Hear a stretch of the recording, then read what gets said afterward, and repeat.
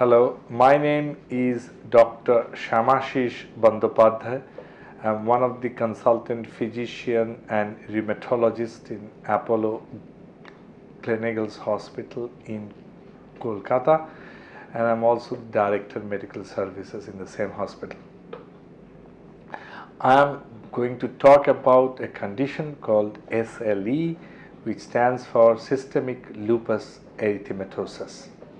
Now, it is an autoimmune condition wherein the own body fighting machinery takes up other body cells as enemy and attacks them.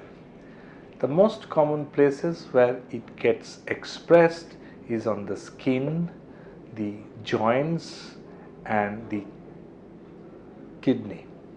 It also involves other organs including bone marrow, heart, lungs, liver, and central nervous system, that means brain and spinal cord. Now, SLE is more common in women than in men, but that does not mean that men are protected. SLE can start from any age. It can be in even neonates, that means the just born humans. SLE is classified into 4 major groups. One of that is SLE, that is the systemic illness. Second is cutaneous SLE. Third is drug-induced SLE, which means many drugs can actually aggravate or first time manifest SLE. And 4 is the neonatal SLE, which is the SLE in the newborn. Now, one has to understand that diagnosis of SLE can be very easy or can be very difficult. SLE can present in multiple forms, including unknown fever, unknown joint pain, unknown skin rash.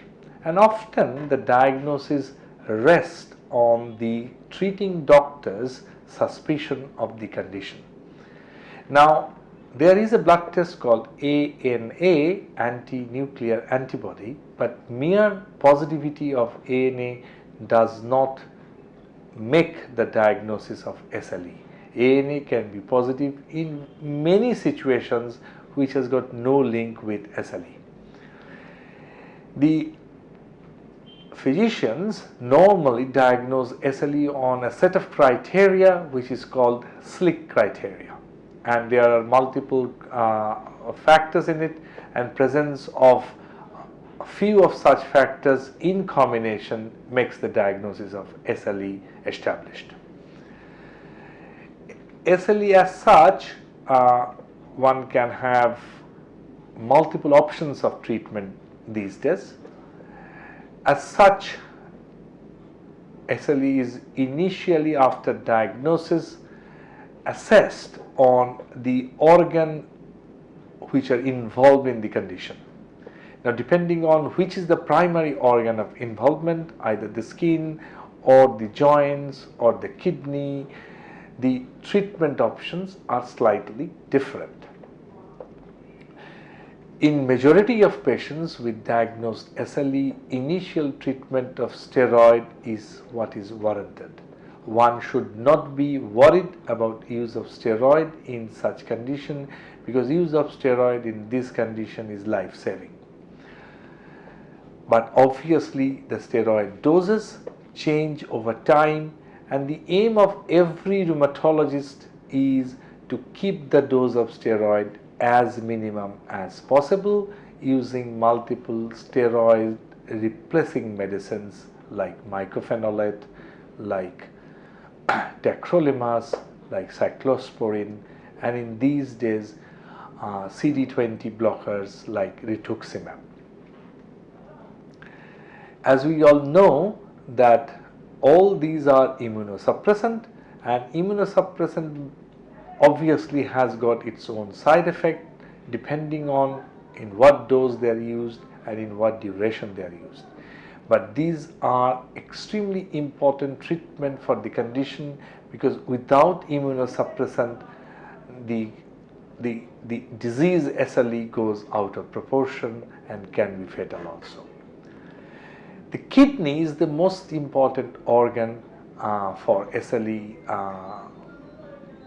as such, and one keeps special interest on kidney functions in such a condition. And with current day treatment, as I have mentioned, with steroid, mycophenolate, cyclosporine, tacrolimus and rituximab, as well as cyclophosphamide, the renal SLE has been more and more treatable than it used to be, say, some years before. Patients with SLE can become pregnant on treatment, and there are evidence that treatment with steroid, azathioprine and hydroxychloroquine does not cause any adverse reaction in pregnancy with SLE. Renal SLE needs renal biopsy for the diagnosis, apart from other assessments including protein loss and renal function test. Kidney biopsy is often the mainstay of diagnosis of renal SLE and subsequent management process. The current recommendations of various societies who are interested in the treatment of SLE includes a joint approach of treating of SLE with medications including steroid, calcium, vitamin D and immunosuppressants, like I have said, cyclophosphamide, azathioprine, mycophenolate, tacrolimus, and when required, rituximab in a select group of cases. Rituximab is mostly used in conditions where there is kidney involvement, bone marrow involvement or CNS involvement. With treatment, majority of patients do well, and they are always encouraged to stay under medical supervision and to continue with these medications. The initial pill burden for the patients, which means how many medicines they need to take, could be little overpowering for a patient with a first diagnosis, because they are to take so many medicine, but over time the medicine burden goes down and people are often maintained on very low dose steroid, mycophenolate and hydroxychloroquine over a long time. The main areas of concern in long-term treatment of SLE is people's reluctance to stick to the treatment, and often with improvement of the condition people stop taking the treatment without medical supervision. And in India, where there are as such a tendency of people are there that they would stop treatment by their own accord without medical supervision, this could be life-threatening and very dangerous. So my suggestion would be that to be under treatment with concerned doctor and to stick on to the treatment as prescribed. People are encouraged to look after their health of the eye, because hydroxychloroquine can cause retinal damage, but in a very small portion of patient and with prolonged exposure.